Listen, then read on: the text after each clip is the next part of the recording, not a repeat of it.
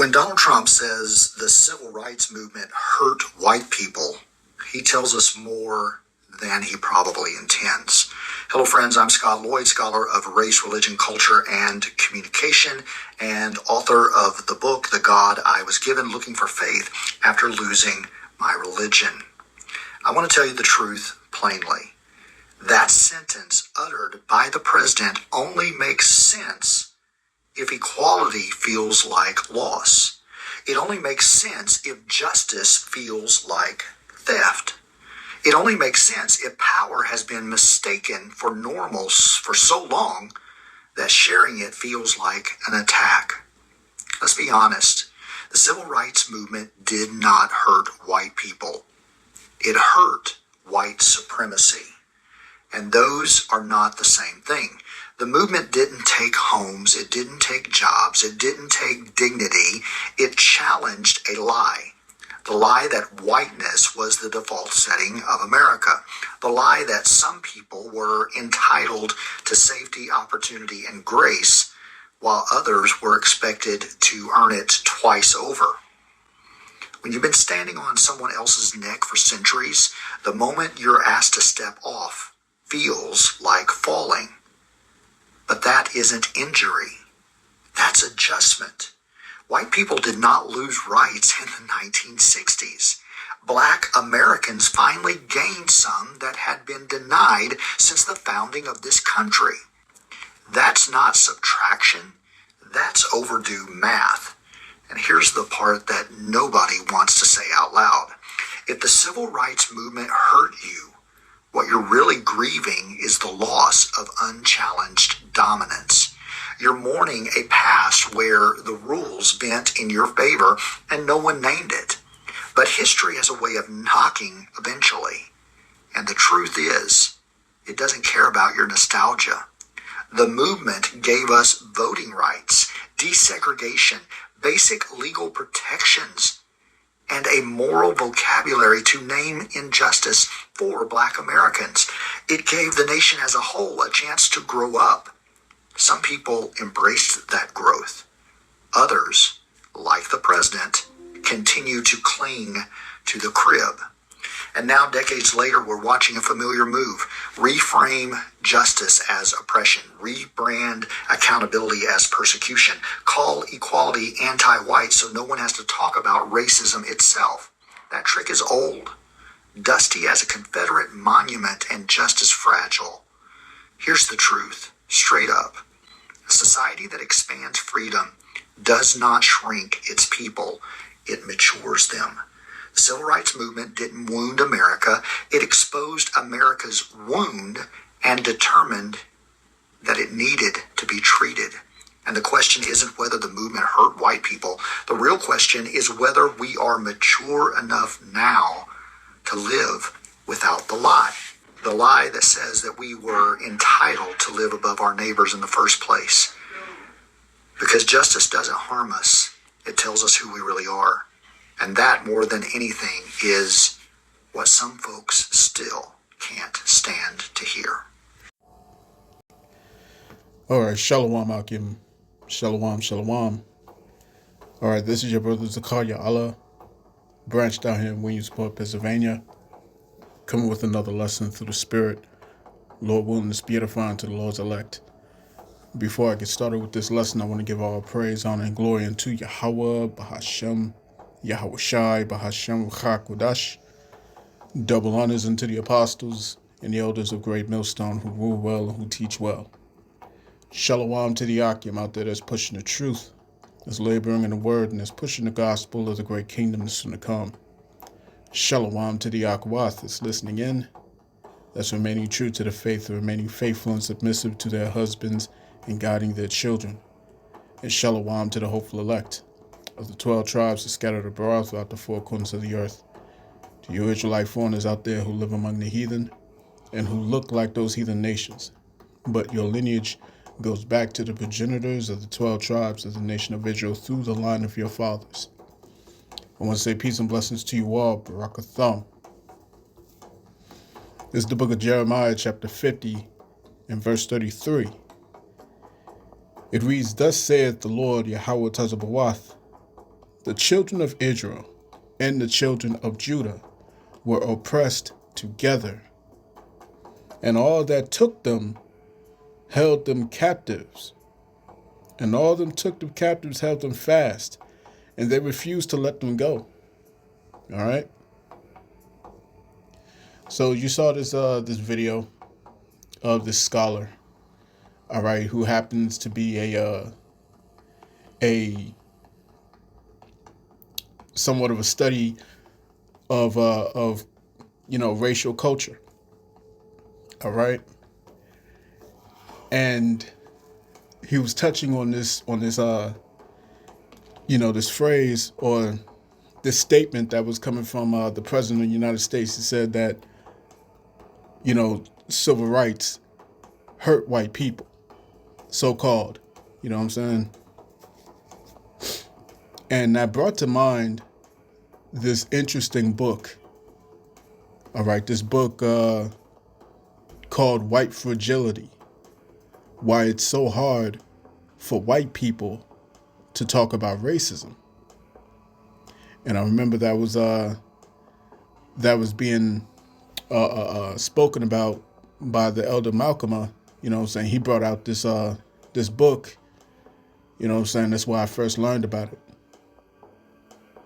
And so just a quick synopsis of what this book entails. It says, White Fragility: Why It's So Hard for White People to Talk About Racism is a 2018 book written by Robin DiAngelo about race relations in the U.S., an academic with experience in diversity training. DiAngelo coined the term white fragility in 2011 to describe what she views as any defensive instincts or reactions that a so-called white person experiences when questioned about race or made to consider their own race. You know what I'm saying? And there is no such thing as white. All right, there's no such thing as a white person. All right, the scriptures don't call these Edomites white. They call them red. You know what I'm saying? All right, the word Edom, all right, in the Hebrew is Adawam, which means red. Okay, because Esau wanted red meat, or he wanted the red pottage. So it continues to say that white fragility is a term that's coined by Robin DiAngelo to describe the defensive reactions that white people may exhibit when their understanding of racism is challenged. It highlights how these responses can maintain racial inequality by avoiding meaningful discussions about race. So, what are we seeing here? Right? We're seeing these Edomites actually calling out their own. You know what I'm saying? Speaking on these things that were, understood to never be spoken about. You know what I'm saying? Just an overlapping, agreed upon, sentiment amongst so-called white people. You know what I'm saying? But now we're in that time where these Edomites are actually telling on themselves. You know what I'm saying? So this is the book of Psalms, chapter 64 and verse 8. It says, "So they shall make their own tongue to fall upon themselves. All that see them shall flee away." Right? And the things that we're seeing now is pretty much the exposure of the things that they have tried desperately to keep behind, you know what I'm saying? Or, hide behind themselves, hide behind history. You know what I'm saying? And in the last ditch effort, you're starting to see these Edomites trying to cover their tracks, you know what I'm saying? Certain things that they call critical race theory, you know what I'm saying? things that are actually understood in history to have happened. All right, these Edomites are they're trying to sweep it under the rug. All right, they're trying to erase it from history. Why? Because it's shameful spewing that's on their glory. Let's get that real quick. Let's go to, I believe that's the book of Habakkuk.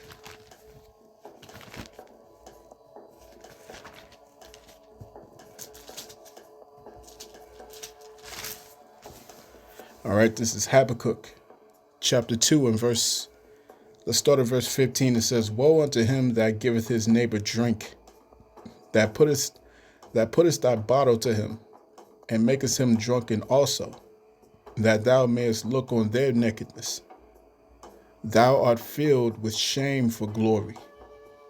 Drink thou also, and let thy foreskin be uncovered. The cup of the Lord's right hand shall be turned unto thee, and shameful spewing shall be on thy glory." You know what I'm saying? There is a reason why, these Edomites refuse to speak on these things. You see what I'm saying? Because when it comes to these other nations, all right, they don't mind having the conversation. They don't mind having the discussion that's necessary. You see what I'm saying? But when it comes to you Jakes, you so-called Negroes, Latinos, Hispanics, Native Indians, okay, the conversation is never had for real. You know what I'm saying? And even when they say that they're going to have this conversation with you, you know what I'm saying, it's always an underhanded, type of treachery. You see? They told the Southern Kingdom, "Oh, we'll give you 40 acres and a mule." They never gave it. They told the Gadites that we'll give you your reservations. All right, and come to find out that whenever those reservations were found to be profitable and lucrative, you know what I'm saying, sitting on oil, they would take those lands. You see what I'm saying? And they push the Gadites into these reservations and keep them from any water. They keep them from, any meaningful substance. You go to these reservations, it's pretty much worse than a hood when you go there and you see it for yourself. You see what I'm saying? And this is how Esau Edom works. They are that treacherous dealer, and the Lord's about to visit them for the things that they've done to the children of Israel. All right, this is why they are so fragile in regards to this topic. You know what I'm saying? Let me get this here, because they all know that retribution has to come. They all know that there must be a recompense. All right, there has to be restitution.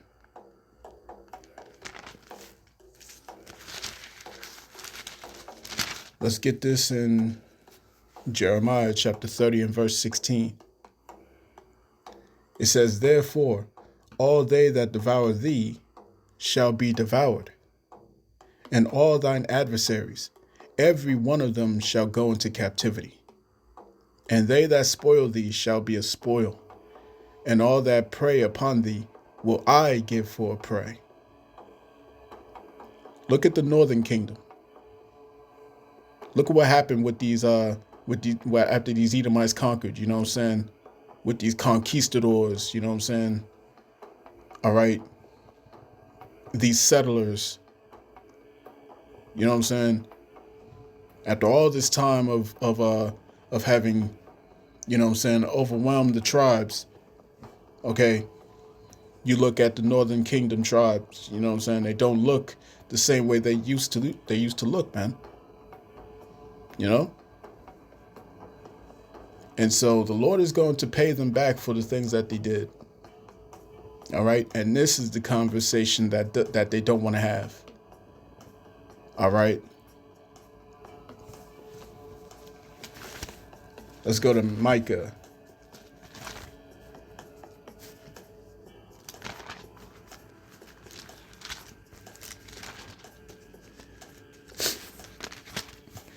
This is Micah chapter 2 and verse 1. It says, "Woe to them that devise iniquity and work evil upon their beds. When the morning is light, they practice it, because it is in the power of their hands. And they covet fields and take them by violence, and houses and take them away.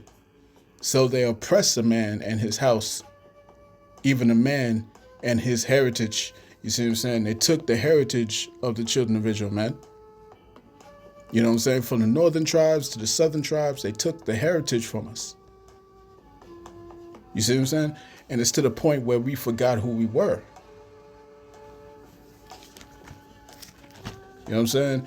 And this is why we say, all right, now is not the time to be hugged up with an Edomite, man, because when the Lord comes, each and every last one of them are going into captivity. All right? Every last one of them are going into captivity. You see, and to someone who's not learned in these scriptures, you know what I'm saying, an emotional individual may say, well, that's not fair. You know what I'm saying? There's some of these Edomites that actually like us. Let's get this here real quick.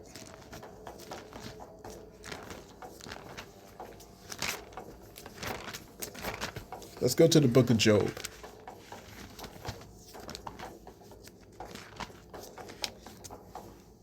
All right, this is Job. Let's go to chapter 14. Job chapter 14 and verse 4. It reads, "Who can bring a clean thing out of an unclean? Not one." You see? So all of them have to go. All of them have to go. And the thing about the Lord is that when he judges, all right, he judges nations. He doesn't just judge the individual. You see what I'm saying? When you think about the children of Israel is a perfect example. You know what I'm saying? We are the perfect example.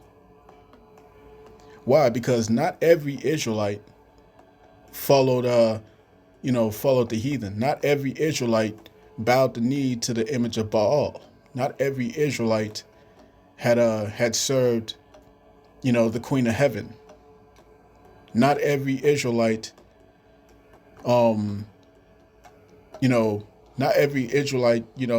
consented unto Antiochus. You see what I'm saying? Not every Israelite. And yet the judgments, all right, of all the curses that's written in Deuteronomy chapter 28, they all followed us nonetheless. You see? All those curses followed us regardless. Take, for example, when King David, when he took a consensus of the Israelites when that's against the law and punishable by death. Well, what happened? The Lord brought the judgment, and all of Israel had to suffer because of King David's choice. You see? So let's go here.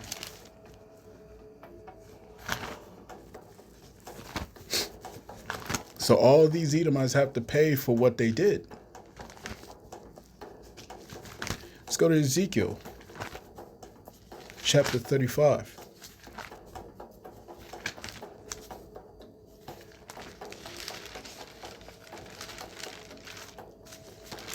All right, this is Ezekiel 35 and 1. It says, "Moreover, the word of the Lord came unto me, saying, Son of man, set thy face against Mount Seir, and prophesy against it, and say unto it, Thus saith the Lord power, Behold, O Mount Seir, I am against thee, and I will stretch out mine hand against thee, and I will make thee most desolate.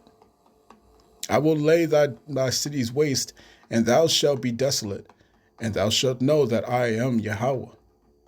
Because thou hast had a perpetual hatred, and hast shed the blood of the children of Israel by the force of the sword in the time of their calamity, in a time that their iniquity had an end. Therefore, as I live, saith the Lord power, I will prepare thee unto blood, and blood shall pursue thee. Since thou hast not hated blood, even blood shall pursue thee. You see? And all of this is for the sake of the controversy of Zion, man. You see, because the Lord said, he that touches you touches the apple of his eye, man. And that's exactly what happened. They touched the apple of his eye. So what's going to happen to them? The whole of Edom is going to suffer. Let me get this real quick.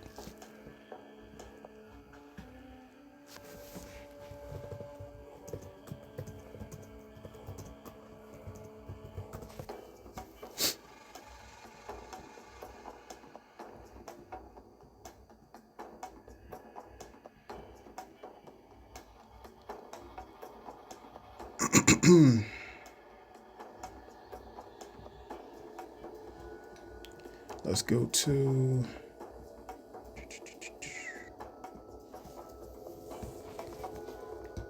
Let's get that.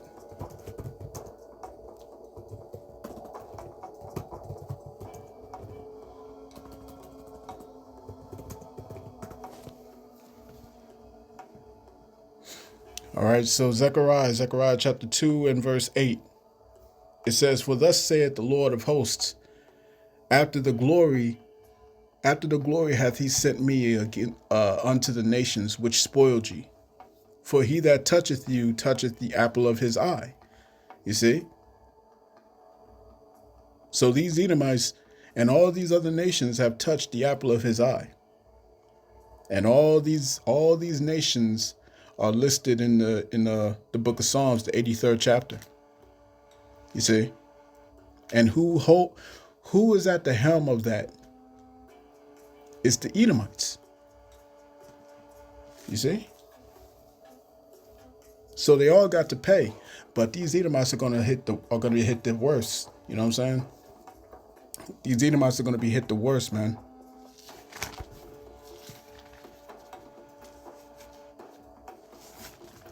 Let's go to Amos.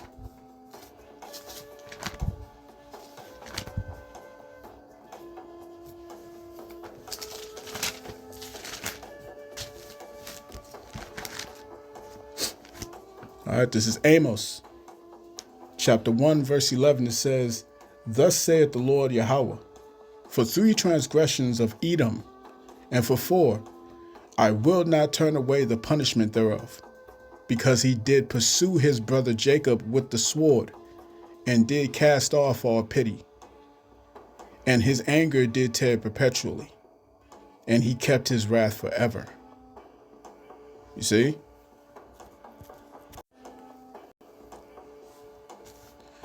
All right. Let me go here. Let's go to...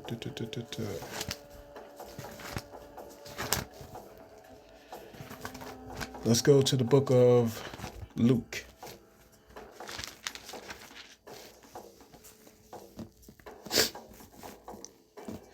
This is Luke, chapter 14 and verse 14. It says, and thou shalt be blessed, for they cannot recompense thee. For thou shalt be recompensed at the resurrection of the just. You see what I'm saying? You're not going to get your 30 acres and your 30 acres and a mule. You're not going to get that. All right. You're not going to get, you know what I'm saying, the plot of land and all that stuff. That no, he's going to take all these things and keep taking until he's taken out, man. You know what I'm saying? All right. And the scriptures say that Jerusalem shall be trodden down of the Gentiles till the time of the Gentiles be fulfilled. Well, Jerusalem is a people first before it's a place. You see? So these devils are going to pay for what they've done to the Lord's treasure. Let's get this here real quick. Let's go to the book of Lamentations.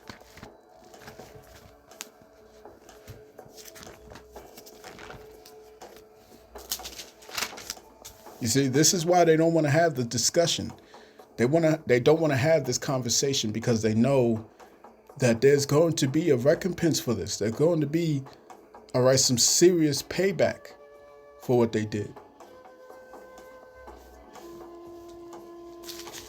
It's Lamentations, chapter 4, verse 21. It says, "Rejoice and be glad, O daughter of Edom, that dwellest in the land of Uz. The cup also shall pass through unto thee. Thou shalt be drunken and shalt make thyself naked. The punishment of thine iniquity is accomplished, O daughter of Zion." All right, you Israelites. You see, our time of captivity is almost over. All right? It's almost over, man. We only got 2 more prophecies left. And then we all up out of here, man. You know what I'm saying? The elect of the nation of Israel is out of here. You see? There will be no more captivity. There will be no more slavery or nothing like that after this. We've gone through it all. We've gone through the Assyrian captivity.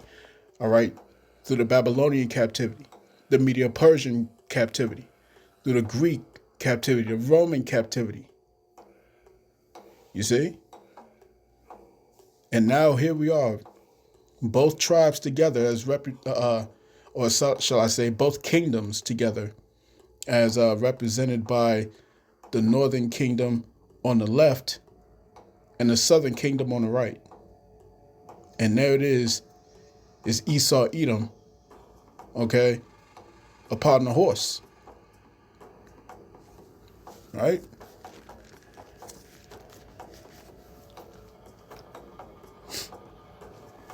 So again, it says, "The punishment of thine iniquity is accomplished, O daughter of Zion. He will no more carry thee away into captivity. He will visit thine iniquity, O daughter of Edom. He will discover thy sins." You see, you Edomites are not going to get away scot-free. You're not going to sail away into the sunset. You know what I'm saying? Sweep all your wickedness and all your iniquities under the rug, and make everybody believe that that the Israelites, you know what I'm saying, they volunteered to be servants. You're not going to play that game. You see?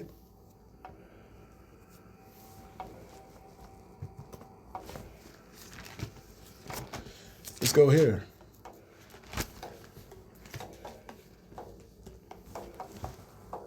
Servants.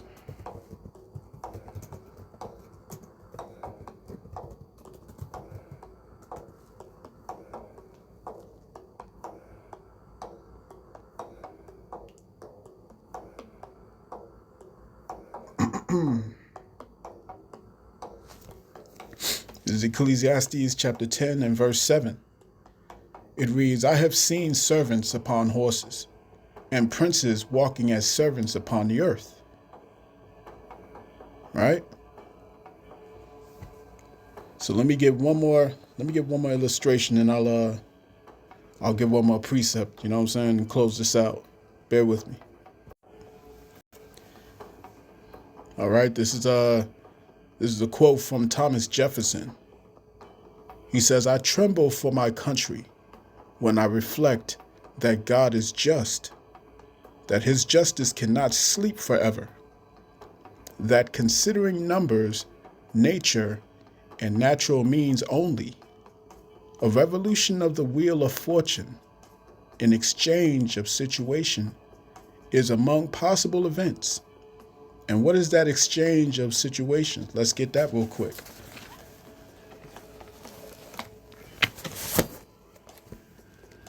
This is 2 Esdras, chapter 6 and verse 9.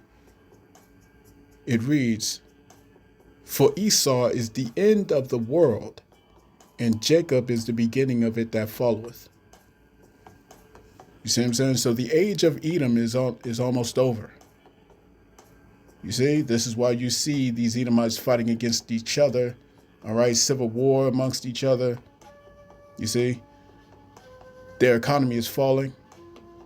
Esau is about to bring an end to their empire and to the rulership of Edom as a whole. You see, because both sons, Jacob and Esau, were were promised to have rulership over the planet, but only one was allowed to have eternal rulership. The other was allowed to have temporary rulership. And Esau's rulership is at its end. It was only temporary. You see what I'm saying? But Jacob has the blessing forever. You see what I'm saying? So again, for Esau is the end of the world, and Jacob is the beginning of it that followeth. It says, considering numbers, nature, and natural means only, a revolution of the wheel of fortune, an exchange of situation is among possible events, that it may become probable by supernatural interference. The Almighty has no attribute which can take side with us in such a contest. Thomas Jefferson knew, all right, that judgment is coming for these Edomites for what they did to the children of Israel, man. Because the Most High is just. If the Most High was to let these Edomites go on scot-free and not be punished, he wouldn't be a just power. You see? So let me end this off in Jeremiah chapter 49 and verse 12. It says, for thus saith the Lord Yahweh, behold, they whose judgment was not to drink of the cup have assuredly drunken. And that cup is talking about slavery. It's talking about captivity, oppression. It wasn't for us to drink of that cup, but because of our disobedience, we drank of that cup, as was written in the book of Deuteronomy, the 28th chapter. You see? But now Deuteronomy chapter 30 and verse 7 is happening, where all these curses are coming upon our enemies. You see? What did he say? He said an exchange of situation. So it says, for thus saith the Lord, behold, they whose judgment was not to drink of the cup have assuredly drunken. And art thou he that shall altogether go unpunished? Thou shalt not go unpunished, but thou shalt surely drink it. For I have sworn by myself, saith the Lord Yahweh, that Basra shall become a desolation, a reproach, a waste, and a curse, and all the cities thereof shall be a perpetual waste. You see? So it's coming that time, man, where these Edomites are going to have to pay for everything that they did. And double, by the way. And they're going to drink of the dregs. You see what I'm saying? So I'm going to cut that there, man. I pray this lesson was edifying to the elect of the nation of Israel. This has been your brother Zakaria Allah, branched out here in Williamsport, Pennsylvania. In closing, I want to give all praise, honor, and glory to Yahweh, Bahashem, Yahweh Shai, Bahashem, Rachak, Wadash. Double honors to the apostles and the elders of Great Millstone who rule well and who teach well. Peace and blessings to the hopeful elect. Shalom.